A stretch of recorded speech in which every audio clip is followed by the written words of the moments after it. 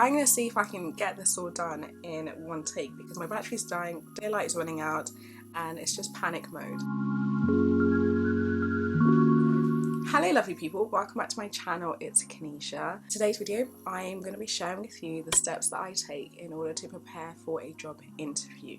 Now firstly, I want to start off by saying congratulations on securing a job interview.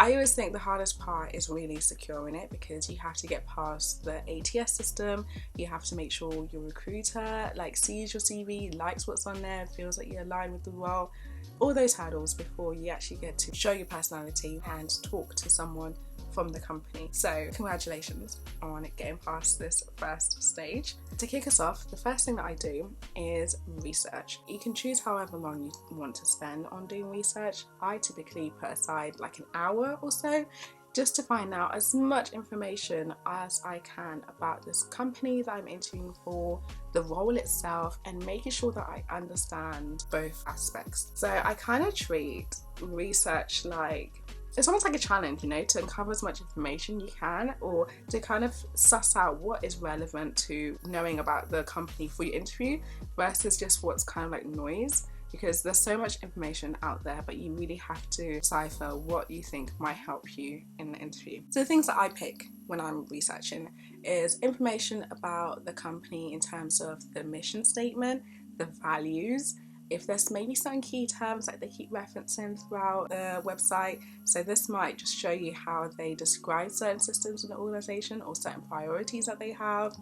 I also try to find out any exciting news. So maybe they've just released a new product, maybe they've just acquired something new, maybe they are entering a new market. Whatever is brand new about them in the last year and a half, I think it's worth noting down so that you might be able to reference it in your interview.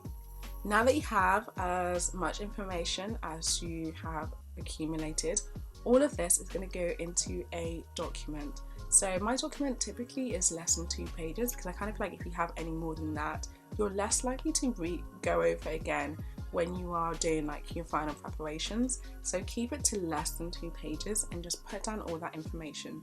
So things from the company website, things you found in news articles, because news articles are another place where things about the company comes out and you can just really take an interesting nugget of information, right?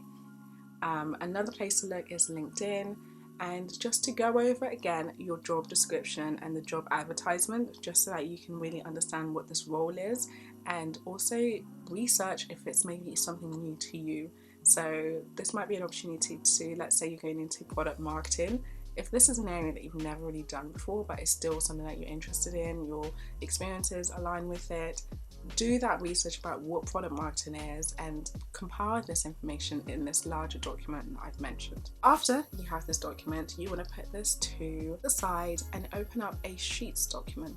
So this is going to be the place that you answer questions and ensure that your experiences, you've got examples that align with what they're looking for. In this first sheet, what I typically do is, this is information about the job description, responsibilities, key skill requirements, and at the top I typically leave down 4 typical questions that most interviewers ask at the beginning. These are typically questions like, tell me about yourself, walk me through your CV, why do you want to join this company, why do you want to join this particular role, why are you leaving your current role. Those contextual information as to how you got to this role is really important that you have some answers prepared, because I think this is pretty standard across all roles and industries. So alongside each of those questions, write down your answers to those questions. As I mentioned earlier, I typically put in bullet points the job description, responsibilities, skills and experiences, and alongside each of those points I make sure I think of a relevant experience that I can talk about. So let's say the role requires social media management, right? So it mentions in the job description that you'll be managing social media channels, or at least scheduling stuff or creating content. Then I'm going to think about all the experiences that I've had and think what is the most relevant one that I could talk about to emphasize this experience I have in social media. And the trick of doing all of this is just to show to yourself that you have the relevant experiences and also a diverse range of experiences that you can talk about, so you don't feel like you're talking about just one role. And also just to make sure you're prepared to answer those initial questions that you will be asked in pretty much all the interviews, right? Regardless of the company. The next sheets document that you're going to create, so still within the same like document, but like the next tab kind of thing, is your answers to behavioral questions. So in the interviews that I've done in the past, I find that most companies ask behavioral questions. These are questions trying to find out your past experience, like tell me about a time when you've had to multitask on multiple projects, or tell me about a time when you've worked in a team and there was conflict, or tell me about a time when you led, or how you prioritize tasks. Like all those kind of situational questions, they want to see how would you respond if that same situation came up at that workplace. Like as a hiring manager, they want to be sure that you'll be able to handle these different situations with ease, or at least some confidence in doing so. Similarly, for these behavioral questions, I typically section them out. So this might be sections on adaptability, time management, conflict, being in a team, problem solving, creativity. You want to find 3 or 4 questions relating to that area and write down next to it your answers to those questions. For these answers, I typically use the STAR method to sort of bring structure to my responses and make sure I've really thought out about what the situation was, what the task was, the action that I took, and the results for that situation. If you want to add an extra section, I also do a bit of a reflection piece. So what did I learn from that situation I'll take on to other situations in the future. So have all of these answers to these questions listed out, and that will typically cover you for all the questions that they will most likely ask you in the behavioral section of the interview. Now that you've got a bunch of questions and answers, what I do is sort of like an exercise in between like preparing for an interview and when it happens is get friends and family involved. So write down these questions, put them in a bowl or a bag, and get your family members to quiz you and ask you the questions so you practice your answers.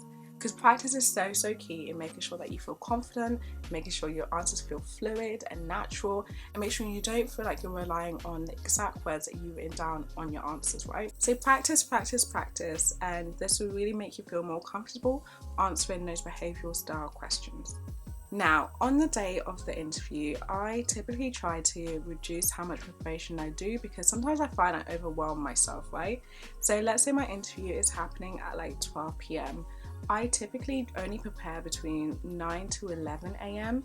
just so that I have an hour in between to relax, get ready, get dressed, do my makeup if I want to do my makeup, and just really think over how I'd answer and get myself into the right mindset for the interview, right? And so in those last 2 hours, what I typically do is I try to condense all the information from my research into literally bullet points, because it just really allows you to take in that information once again, but also to pick out what you feel might be relevant to the role itself or relevant to the stage of the interview that you're in.